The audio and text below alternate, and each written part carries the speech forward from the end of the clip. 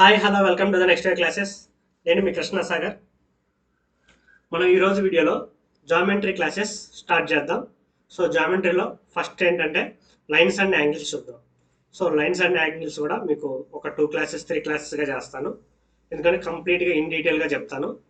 మీకు ఎగ్జామ్లో ఎలాంటి ప్రాబ్లం ఇచ్చినా మిస్ చేయకుండా ఉండేటట్టు ఎక్సర్సైజెస్ ప్రాబ్లమ్స్ కూడా చేద్దాం. ఓకేనా? సో అలాగే మనం వీడియోలోకి వెళ్ళిపోయే ముందు మన ఛానల్ ఎవరైనా సబ్స్క్రైబ్ చేసుకోకపోతే సబ్స్క్రైబ్ చేసుకోవడం మర్చిపోవద్దు. అలాగే మన వీడియోని లైక్ చేయడం అయితే అసలు మర్చిపోవద్దు. ఎందుకంటే మీరు లైక్ చేసినప్పుడే వీడియో అదే యూట్యూబ్ అలగడదాం వేరే వాళ్ళకి మన ఛానల్ని హోమ్ పేజ్ మీద వస్తుంది రెఫర్ చేస్తుంది. సో అలాగే మనకి ఎక్కువ రీచ్ వచ్చే ఛాన్సెస్ ఉంది. సో లైక్ చేయటం మాత్రం మర్చిపోవద్దు. అండ్ మీ ఫ్యామిలీ మెంబర్స్లో కానీ మీ ఫ్రెండ్స్లో కానీ ఎవరైనా గవర్నమెంట్ జాబ్స్ ప్రిపేర్ అవుతుంటే మన ఛానల్ని సజెస్ట్ చేయండి. ఓకేనా? చూడండి, ఈరోజు నేను క్లాస్లోకి వెళ్ళిపోదాం. సో ఫస్ట్ మనకు జామెట్రీలో కొన్ని టర్మ్స్ అయితే తెలియాలి. మనం ఈ క్లాస్లో కొన్ని టర్మ్స్, ఓకేనా, వాటి ప్రాపర్టీస్ అంటే లైక్ ఆ టర్మ్స్ మీనింగ్ ఏంటని ఇన్ డీటెయిల్గా తెలుసుకుందాం.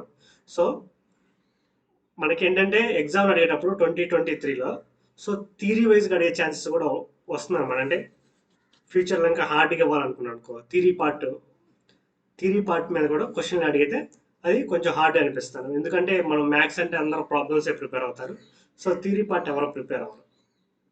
సో మన ఇక్కడ ఏంటంటే ప్రతి ప్రతిదీ ఇన్ డీటెయిల్గా తెలుసుకుందాం. సో ఈ వీడియోని స్కిప్ చేయకుండా చూడండి. First point. సో పాయింట్ అంటే ఏంటి? మనం మామూలుగా మ్యాథమెటికల్ టర్మ్స్లో ఏం చెప్పుకోవాలంటే circle with zero radius. So circle కానీ రేడియస్ ఏమి ఉండద్దు. సో దాన్ని పాయింట్ అని చెప్పుకుంటాం. సో ఇది ఒక పాయింట్. దీన్ని ఎలా డినోట్ చేస్తాం అంటే డాట్తో డినోట్ చేస్తాం అనమాట. ఓకేనా? సో లైన్ అంటే ఏంటి? Line when we join two distance points then we get a line. For example ఇక్కడ డిస్టెన్స్, ఇక్కడ ఒక పాయింట్, ఇక్కడ ఒక పాయింట్ ఉంది. సో దీన్ని మనం కనెక్ట్ చేసాం అనుకోండి, ఇది లైన్. ఓకేనా? సో దీనికి ఎండ్ పాయింట్ అనే ఉండదు. ఇప్పుడు పాయింట్ ఎక్కడ ఉంది, మనకి పాయింట్ ఎక్కడ ఉంది ఇట్లా ఎక్స్టెండ్ అవుతా వెళ్తుంది. ఇటు సైడ్ కూడా ఎక్స్టెండ్ అవుతా వెళ్తుంది. ఓకేనా? ఇది లైన్. సో ఎక్కడికైనా ఎక్స్టెండ్ అవ్వచ్చు. అర్థమైందా?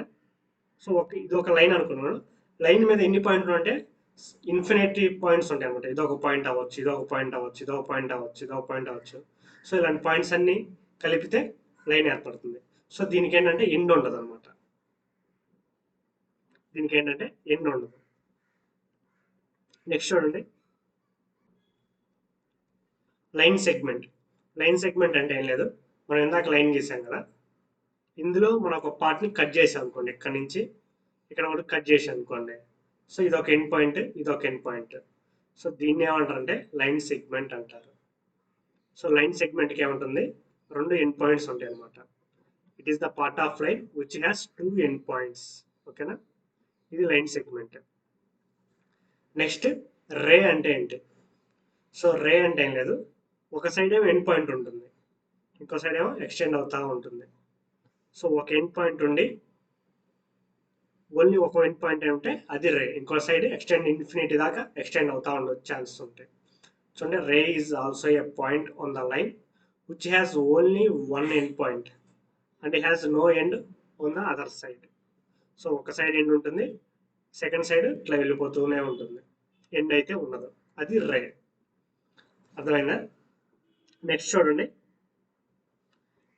కొలినియర్.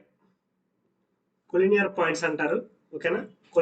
కొలినియర్ పాయింట్స్ అంటే ఫర్ ఎగ్జాంపుల్ ఇక్కడ పాయింట్ ఉంది, ఇక్కడ పాయింట్ ఉంది, ఇక్కడ పాయింట్ ఉంది, ఇక్కడ పాయింట్ ఉంది అనుకోండి. సో మనం ఒక లైన్ డ్రా చేస్తే ఎన్ని స్ట్రైట్ లైన్లో ఉంటే వీటిని మనం కొలినియర్ పాయింట్స్ అంటాం అనమాట. దీన్ని ఇంకో విధంగా కూడా ఎలా చెప్పుకోండి అంటే, ఒక లైన్ మీద పాయింట్స్ ఉన్నాయి అనుకోండి, మోర్ దాన్ 3 సేమ్ లైన్ మీద, వాటిని కొలినియర్ పాయింట్స్ అనుకోవచ్చు. ఓకేనా? కొలినియర్ అంటే ఏంటంటే స్ట్రైట్ లైన్లో పాయింట్స్ ఉండాలి. పాయింట్స్ కూడా 3 ఆర్ మోర్ దాన్ 3 ఉండాలి. 2 కాదు, 3 ఆర్ మోర్ దాన్ 3. అర్థమైనా? అది కొలినియర్. నాన్ కొలినియర్ అంటే ఎలా పడితే ఏడో పాయింట్, ఏడో పాయింట్, ఏడో పాయింట్, ఇక్కడ పాయింట్, ఇక్కడ పాయింట్, మనం అక్కడ వీటన్నిటిని అటాచ్ చేస్తూ స్ట్రైట్ లైన్ గీయలేము. ఓకేనా? సో ఇదేంటంటే నాన్ కొలినియర్. స్ట్రైట్ లైన్ గీసేదంటే సేమ్ లైన్ మీద ఉంటే అవి కొలినియర్ పాయింట్స్. లేదు ఎట్లా పడితే అట్లా ఉన్నాయంటే అవి నాన్ కొలీనియర్. ఓకే, నెక్స్ట్ చూడండి యాంగిల్. సో యాంగిల్ అంటే ఏం లేదు, మనకి ఒక వర్టెక్స్ పాయింట్ ఉంది, దీని నుంచి ఇటు ఒక రే గీసాము, ఇటు ఒక రే గీసాము. సో ఈ రెండింటి మధ్య ఏదైతే ఉంటుందో దీన్ని యాంగిల్ అంటాం మనం. ఓకేనా, when two rays begin from the same end point then they form an angle. So ఇది ఇక్కడ నుంచి ఇది ఒక రే కదా, సో ఇది ఎంత దూరం వెళ్ళొచ్చు, ఎండ్ పాయింట్ ఈ సైడ్, ఇది సేమ్ ఇది కూడా ఒక రే, ఇది ఎంత దూరం వెళ్ళొచ్చు, బట్ ఎండ్ పాయింట్ అనేది ఇది. సో ఈ రెండింటి మధ్య ఏర్పడేది ఏంటిదంటే యాంగిల్, మన యాంగిల్ థీటా అనుకోండి. ఓకేనా, సో వీటిని మనం ఆర్మ్స్ అని అనుకోవచ్చు లేదా రేస్ అనుకోవచ్చు. ఇది వర్టెక్స్ అనుకో, end or vertex. The two rays are the arms of the angle and the end point is the vertex of the angle. So ఈ యాంగిల్ కి ఇవి రెండు ఆర్మ్స్, ఇదేమో వర్టెక్స్. ఓకేనా, నెక్స్ట్ చూడండి ఎక్యూట్ యాంగిల్. సో మనకేం చెప్పాను, యాంగిల్ అంటే ఒక వర్టెక్స్ రెండు ఆర్మ్స్ ఉంటాయి. సో ఇందులో ఎక్యూట్ యాంగిల్ అంటే ఏంటంటే దీని మధ్య ఏర్పడే యాంగిల్ 90 కంటే తక్కువ ఉందనుకోండి, సో అంటే బిలో 90 ఉంటే దాన్ని మనం ఎక్యూట్ యాంగిల్ అంటాం. సో ఎక్యూట్ యాంగిల్ అంటే ఏంటంటే లెస్ దాన్ 90 degrees ఉండాలి, or between 0 to 90 degrees ఉండాలి. ఓకేనా, ఇది ఎక్యూట్ యాంగిల్ అవుతుంది. ఇవి జాగ్రత్తగా గుర్తుపెట్టుకోండి, acute angle, right angle, అబ్ట్యూజ్ angle, ఇవన్నీ. ఓకేనా, నెక్స్ట్ రైట్ యాంగిల్ అంటే ఏంటంటే పర్పెండిక్యులర్గా ఉన్నాయి అనుకోండి, పర్పెండిక్యులర్ ఇస్ నథింగ్ బట్ 90 degreesతో ఉన్నట్టు అనమాట. సో ఇక్కడ 90 degrees కానీ ఉంటే అది రైట్ యాంగిల్ ట్రయాంగిల్ అవుతుంది.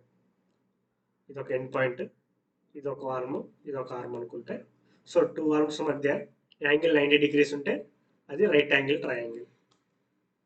ఓకే, నెక్స్ట్ చూడండి obtuse angle. So obtuse angle అంటే ఏంటంటే ఒక ఎండ్ పాయింట్, టూ ఆర్మ్స్ మధ్య యాంగిల్ అనేది 90కి 180కి మధ్యలో ఉందనుకోండి. ఫర్ ఎగ్జాంపుల్ 120 లేదా 130, 140. సో 90 కంటే ఎక్కువ, 180 కంటే తక్కువ ఉందంటే అదేమవుతుంది, అబ్ట్యూజ్ యాంగిల్ ట్రయాంగిల్. ఓకేనా, 90కి ఈక్వల్ అయితే అది రైట్ యాంగిల్ ట్రయాంగిల్. అర్థమైందా, acute angle, right angle, అబ్ట్యూజ్ angle. Next చూడండి రిఫ్లెక్స్ యాంగిల్.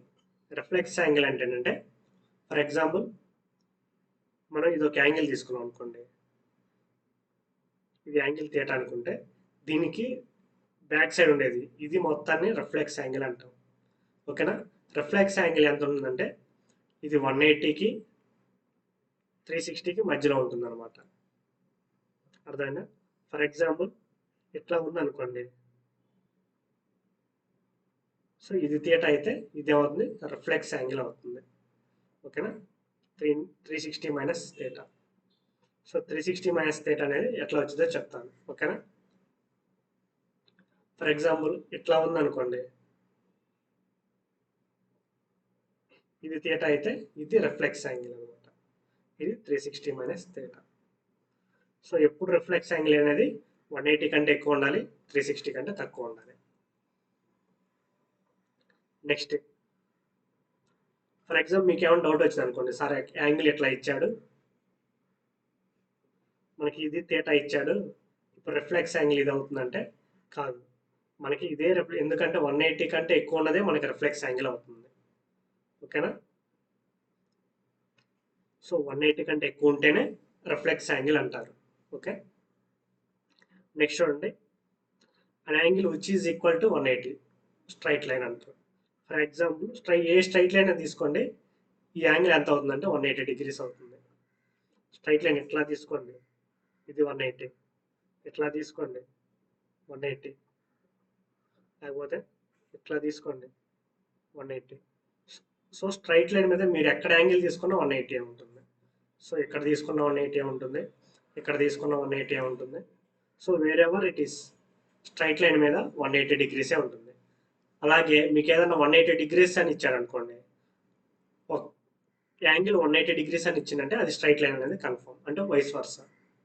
స్ట్రైట్ లైన్ ఇస్తే యాంగిల్ 180 ఉంటుంది, అదే 180 డిగ్రీస్ ఇచ్చిందంటే అది స్ట్రైట్ లైన్. సో మనం కంప్లీట్ యాంగిల్ అంటే ఇట్లా మొత్తం అనమాట. ఇప్పుడు ఇట్లా లైన్ ఉందనుకోండి, దీని మొత్తాన్ని కంప్లీట్ యాంగిల్ అంటాం. సో ఇక్కడ 180, ఇక్కడ 180, మొత్తం కంప్లీట్ యాంగిల్ ఎంత 360 డిగ్రీస్ అవుతుంది. ఇందాక ఇదే కదా చెప్పింది మనం, మొత్తం ఇది టోటల్ కలిపితే 360 రావాలి. ఆల్రెడీ ఇక్కడ తేటా ఉంది కాబట్టి ఇది ఏమవుతుందంటే 360 మైనస్ తేటా. ఓకేనా? ఇక్కడ వరకు అందరికి నీట్గా అర్థమైంది కదా. మీకు ఏమైనా డౌట్స్ ఉంటే క్లాస్లో మన టెలిగ్రామ్ ఛానల్లో మెసేజ్ పెట్టినా రిప్లై ఇస్తాను. అంటే క్లాస్ అయిపోయిన తర్వాత కమెంట్ బాక్స్లో కమెంట్ చేసినా నేను రిప్లై ఇవ్వడానికి ట్రై చేస్తాను. ఎందుకంటే మనం జామెట్రీలో బేసిక్స్ టర్మ్స్ అనేది చాలా చాలా ఇంపార్టెంట్. ఈ టర్మ్స్ కానీ మీకు అర్థం కాలేదంటే మీకు తర్వాత క్లాసెస్ అసలు ఏమీ అర్థం కాదు. ఓకే, సో జాగ్రత్తగా అర్థమయ్యే వరకు కొంచెం స్లో, అంటే స్పీడ్గా అనిపిస్తున్నప్పుడు కొంచెం 0.75లో పెట్టుకుని చూడండి. అంటే చాలా ఈజీ టర్మ్స్ ఇవన్నీ, మన 8th, 9th, 10th చదివిన టర్మ్స్ ఇవన్నీ. కొత్తగా అయితే ఏదీ లేదు, అన్నీ స్కూలింగ్లో కంప్లీట్ చేసిన టర్మ్స్ ఇవన్నీ. కొంతమంది ఏం ఫీల్ అవుతారంటే నేను డిగ్రీలో మ్యాథ్స్ లేదు, బీటెక్లో మ్యాథ్స్ లేదు అని, నేను బైపీసీ చేశాను ఇంటర్లో మ్యాథ్స్ లేదంటే, ఇవన్నీ మన 10th సబ్జెక్ట్స్. నీకు ఇంటర్లో మ్యాథ్స్ ఉంటే ఏంటి, లేకపోతే ఏంటి. 10th వరకు అయితే అందరికి మ్యాథ్స్ అయితే ఉండేది కదా. సో ఇదన్నీ 10th వరకు మ్యాథ్స్ మొత్తం. ఓకే, నెక్స్ట్ చూడండి, complementary angles. So complementary angles అంటే ఏం లేదు, ఫర్ ఎగ్జాంపుల్ θ1 ఒక యాంగిల్, θ2 ఒక యాంగిల్ అనుకోండి. ఈ రెండింటిని యాడ్ చేస్తే 90 వచ్చింది అనుకోండి, వాటిని కాంప్లిమెంటరీ యాంగిల్స్ అంటారు. ఫర్ ఎగ్జాంపుల్ మనకి ఎగ్జామ్లో ఎలా ఇస్తారంటే ఒక యాంగిల్ 30 ఇచ్చాడు, రెండో యాంగిల్ ఫస్ట్ యాంగిల్ కాంప్లిమెంటరీ అవుతుందని ఇచ్చాడు అనుకోండి, అప్పుడు సెకండ్ యాంగిల్ ఏమవుతుందంటే 60 అవుతుంది. ఎందుకంటే ఈ రెండు యాడ్ చేస్తే 90 రావాలి కదా. అదే ఫస్ట్ యాంగిల్ వచ్చేసి 35 ఇచ్చాడు అనుకోండి, సెకండ్ యాంగిల్ అవుతుంది 55. చూడండి, కాంప్లిమెంటరీ యాంగిల్ అంటే if sum of two angles is equal to 90 degrees then those two angles are said to be complementary. So రెండు యాంగిల్స్ యాడ్ చేసినప్పుడు 90 ఉంటే ఆ రెండు angles complementary to each other అనమాట. ఫర్ ఎగ్జాంపుల్ మనకి ఒక యాంగిల్ 75 ఇచ్చి దీనికి కాంప్లిమెంటరీ యాంగిల్ కనుక్కోమన్నాడు అనుకోండి, సో ఎంత అవుతుంది, ఇది 15 అవుతుంది. ఓకేనా, ఈ రెండు యాడ్ చేస్తే 90 అవుతుంది కదా. అర్థమైంది కాంప్లిమెంటరీ యాంగిల్స్ అంటే. Next supplementary angles.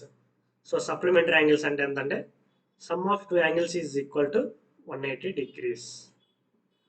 ఇది ఒక యాంగిల్, ఇది ఒక యాంగిల్ ఉంటే ఒక యాంగిల్ 150 ఇచ్చి దీనికి సప్లిమెంటరీ యాంగిల్ కనుక్కోమన్నాడు అనుకోండి, సో సప్లిమెంటరీ యాంగిల్ ఏమవుతుంది, 30 అవుతుంది. అదే ఒక యాంగిల్ 120 ఇచ్చి దీనికి సప్లిమెంటరీ యాంగిల్ కనుక్కోమంటే ఈ యాంగిల్ 60 అవుతుంది. ఎందుకంటే ఈ రెండింటిని యాడ్ చేస్తే మనకి 180 రావాలి. అర్థమైందా? అలాగే ఫర్ ఎగ్జాంపుల్ ఒక యాంగిల్ 75 ఇచ్చాడు, దీనికి కాంప్లిమెంటరీ యాంగిల్ కనుక్కోమన్నాడు. సో 180లో 75 తీసేస్తే అంతా 105. సో కాంప్లిమెంటరీ యాంగిల్ ఏమవుతుంది, 105. కాబట్టి ఈ రెండు యాడ్ చేసుకోండి, 180కి ఈక్వల్ అవుతుందిగా. Okay, next difference between complementary and supplementary angles is 90 degrees. So కాంప్లిమెంటరీకి సప్లిమెంటరీ యాంగిల్స్కి డిఫరెన్స్ 90 degrees ఉంటుంది. అదే sum of complementary and supplementary angles అయితే 270 ఉంటుంది. ఓకేనా? సో ఈ 90, 270 అనేది ఎవరికైనా డౌట్ ఉంటే, సో జస్ట్ ఏం లేదు, మనకి కాంప్లిమెంటరీ అంటే ఎంత, 90 degrees. ఓకే, కాంప్లిమెంటరీ అంటే 90 degrees, సప్లిమెంటరీ అంటే 180 degrees. ఈ రెండింటి మధ్య డిఫరెన్స్ ఎంత, 90 degrees కదా అది. So difference between complementary and supplementary angles 90 degrees. అదే సమ్ చేస్తే sum of complementary and supplementary angles అయితే 90 + 180 అంతా 270. మేబీ ఇక్కడ నా ఫుట్ అడ్డు వస్తుంది. సో 90 + 180 అంతా 270. ఓకేనా? నెక్స్ట్ చూడండి, అడ్జసెంట్ యాంగిల్స్. అడ్జసెంట్ యాంగిల్స్ అంటే ఏం లేదు, ఇలా ఉందనుకోండి,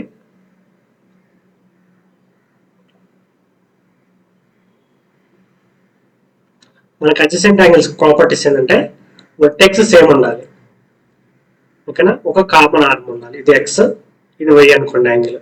సో దీన్ని చూడండి, వర్టెక్స్ సేమ్ ఉంది, ఈ యాంగిల్కి ఇది కామన్ ఉంది, రెండు యాంగిల్స్కి ఈ ఆర్మ్ కామన్ ఉంది. సో ఇది కామన్ ఆర్మ్ సేమ్ ఉంది, వర్టెక్స్ సేమ్ ఉంది. నాన్ కామన్ ఆర్మ్స్ అయినా ఈ కామన్ ఆర్మ్కి టూ సైడ్స్ ఉన్నాయి, అంటే రెండు ఒక సైడ్ లేకుండా ఒకటి ఆపోజిట్ సైడ్ ఇంకోటి ఇంకో సైడ్ ఉంది. సో ఇలా ఉందంటే X and Y are adjacent angles అవుతాయి, ఓకేనా.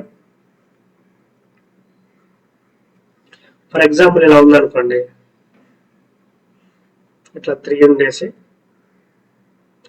ఈ యాంగిల్ మొత్తం థీటా, ఈ యాంగిల్ ఎక్స్ అనుకోండి. ఇప్పుడు ఎక్స్ థీటా అనేది అడ్జసెంట్ యాంగిల్స్ అవుతాయి అంటే నో. ఎందుకంటే వర్టెక్స్ సేమ్ ఉంది, ఓకే, ఒక ఆర్మ్ కామన్ ఉంది, ఓకే, ఈ ఆర్మ్ రెండింటికి కామన్ ఉంది, okay. But non common arms same side ఉన్నాయి, కానీ మనకు రూల్ అంటే సేమ్ సైడ్ ఉండకూడదు, రెండు ఆపోజిట్ సైడ్ ఉండాలి, అప్పుడే అవి రెండు అడ్జసెంట్ యాంగిల్స్ అవుతాయి. చూడండి, if two angles have the same vertex same and one of their arm is common, so ఆ రెండు యాంగిల్స్ కి ఒక ఆర్మ్ కామన్ ఉంది, then this is called adjacent angles. అందులో ఒక రూల్ ఏంటంటే non common arms must be on either side of the common arm. So ఈ రెండు నాన్ కామన్ ఆర్మ్స్ ఉన్నాయి కదా, ఇవి రెండు టూ సైడ్స్ ఉండాలి, కామన్ ఆర్మ్ కి సింగిల్ సైడ్ ఉండకూడదు, ఓకేనా. ఇది అడ్జసెంట్ యాంగిల్స్ అంటే. నెక్స్ట్ చూడండి, linear pair of angles. So linear pair of is angles is nothing but straight line అనమాట. రెండు యాంగిల్స్ 180 ఉన్నాయి అంటే అవి లీనియర్ పేర్ ఆఫ్ యాంగిల్స్, ఓకేనా. చూడండి, if two angles have the same vertex and one common arm but the arms which are not common ఇది make a straight line. So ఇట్లా ఉందనుకోండి, then this is called linear pair of angles. So ఇది straight line ఉంది, ఇక్కడ ఒక line గీసాం, ఇది ఒక arm అనుకోండి. సో మనకి ఇందాక సేమ్ ఇందాక చెప్పాను అడ్జసెంట్ యాంగిల్సే. ఈ అడ్జసెంట్ యాంగిల్స్ సమ్ము 180 అయింది అనుకోండి, అది లీనియర్ పేర్ ఆఫ్ యాంగిల్స్ అనమాట. If two angles have the same vertex, ఇది వర్టెక్స్ అనుకోండి, అండ్ వన్ కామన్ ఆర్మ్, ఇది కామన్ ఆర్మ్ అనుకోండి రెండింటికి, but the arms which are not common are making a line. So ఇది రెండు నాన్ కామన్ కదా, so ఈ రెండు ఏం చేస్తున్నాయి, లైన్ ఫామ్ చేస్తున్నాయి, స్ట్రైట్ లైన్. సో అప్పుడు స్ట్రైట్ లైన్ ఫామ్ చేస్తే వాటిని లీనియర్ పేర్ ఆఫ్ యాంగిల్స్ అంటాం. సో 180 అంటే ఏంటి, సప్లిమెంటరీ కదా. So linear pair of angles is always 180 degrees, ఓకేనా.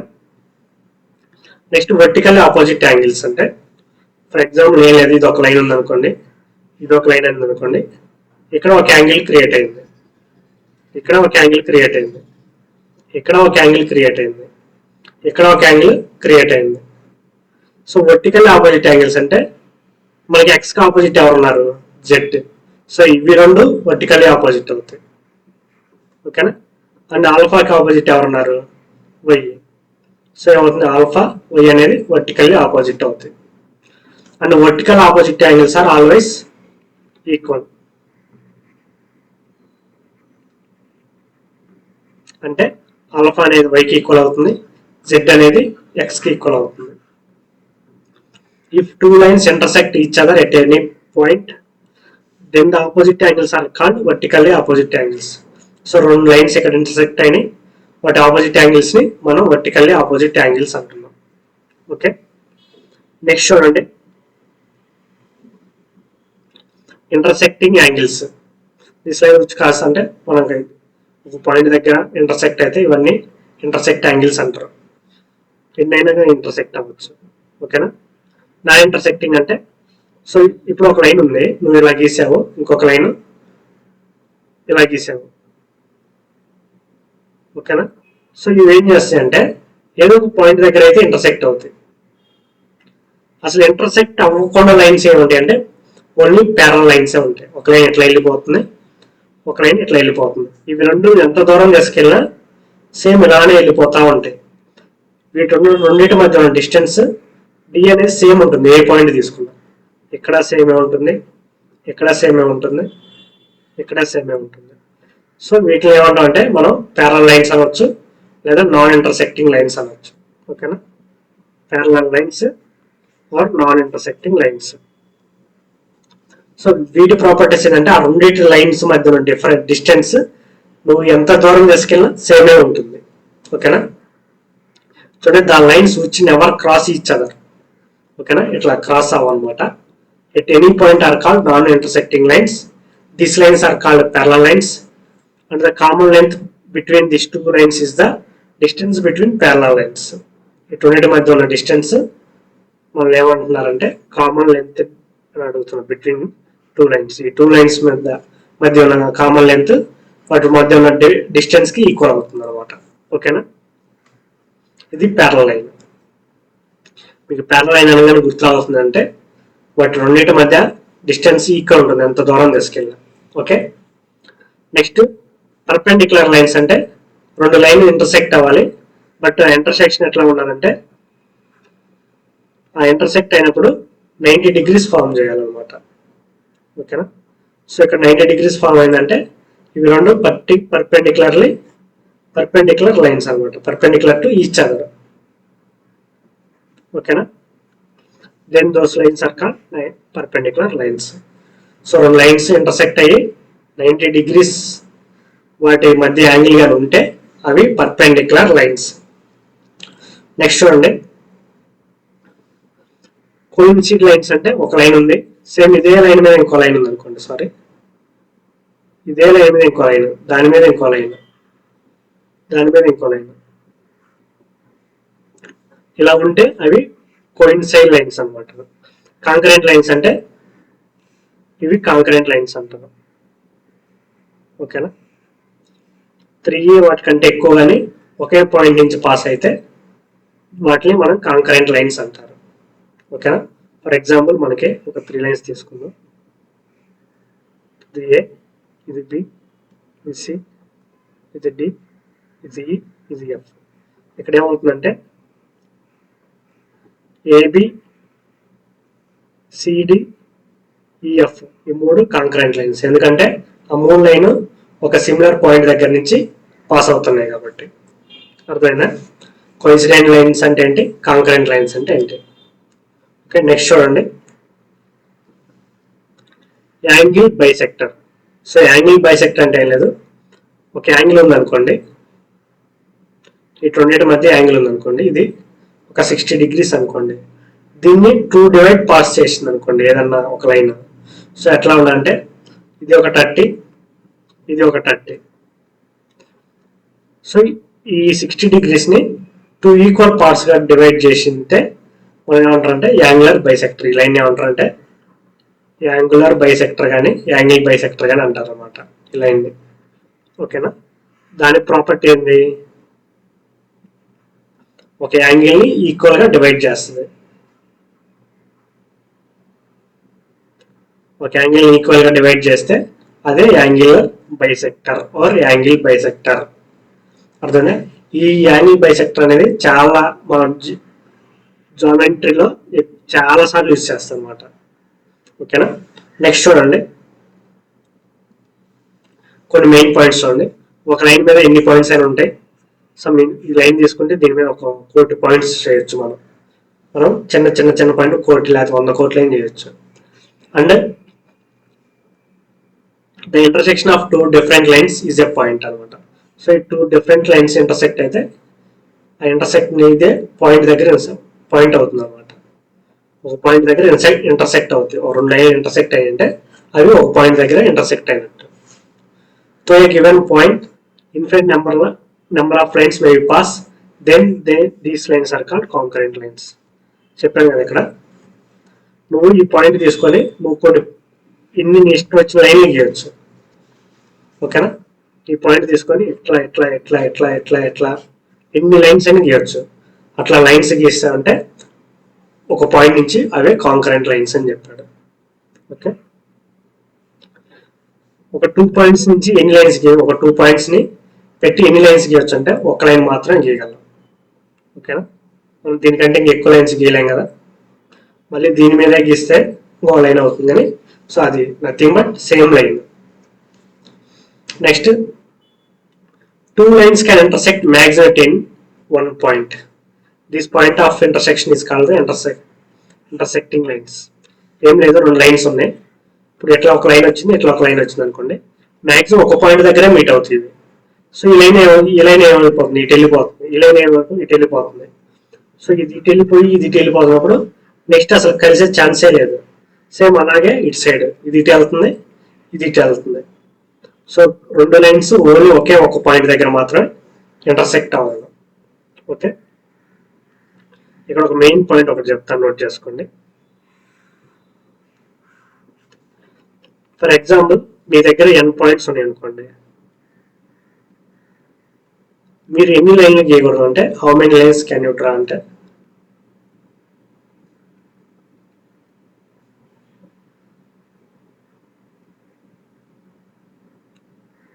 ఎన్ని లైన్స్ అంటే NC2 అనమాట.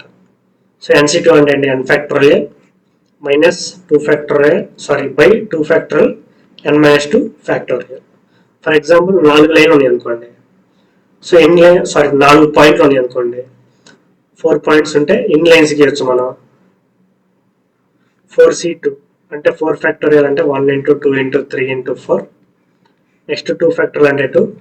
నెక్స్ట్ 4 minus 2 ఏంటిది, 4 minus 2 అంటే మళ్ళీ 2 ఫ్యాక్టోరియల్ అంటే 1 into 2 అంటే 2. 2 ఫ్యాక్టోరియల్ అంటే ఏంటిది, 1 into 2గా. ఇక్కడ 2 ఫ్యాక్టోరియల్ అంటే 2.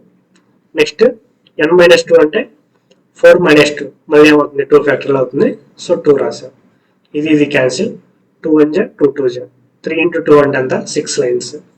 సో ఫర్ ఎగ్జాంపుల్ నేను ఇక్కడ 4 పాయింట్స్ తీసుకున్నా, ఎన్ని లైన్ గీస్తానో చూద్దాం. ఇది ఒక లైన్, ఇది ఒక లైన్, ఇది ఒక లైన్, ఇది ఒక లైన్. ఇప్పుడు ఎన్ని 4 లైన్స్ అయినాయి. నెక్స్ట్ ఇది ఒక లైన్, ఇది ఒక లైన్. సో మనకి 6 లైన్స్ డ్రా చేసాం కదా. సో ఇది కొంచెం జాగ్రత్తగా నోట్ చేసుకోండి. సో ఎందుకంటే మిస్ అవడానికి చాలా ఎక్కువ ఛాన్సెస్ ఉంటాయి ఈ ఫార్ములాస్ మనకి గుర్తుండకపోతే. ఓకేనా, సో మనకి n పాయింట్స్ ఇచ్చి ఆ పాయింట్స్ నుంచి ఎన్ని లైన్స్ డ్రా చేస్తామంటే NC2 అంటే n factorial divide by 2 factorial into n minus 2 factorial. ఓకేనా, so thank you for watching next way classes. సో నేను ఈరోజు చెప్పిన టర్మ్స్ అన్ని మీకు ఈజీగా అర్థమయ్యాయి అనుకుంటున్నాను. అండ్ మీకు ఎక్కడైనా డౌట్ఫుల్గా ఉంటే కమెంట్ బాక్స్లో కమెంట్ చేయండి, నేను మళ్ళీ ఎక్స్ప్లెయిన్ చేయడానికి ట్రై చేస్తాను. అలాగే మన ఛానల్ లైక్ చేయడం మర్చిపోద్ది ఈ వీడియోని, ఎందుకంటే మీరు ఇన్ని ఎక్కువ లైక్స్ వస్తే మన ఛానల్ అంత ఎక్కువ మందికి రీచ్ అవుతుంది అనమాట. Okay, and once again thank you for watching the next way classes.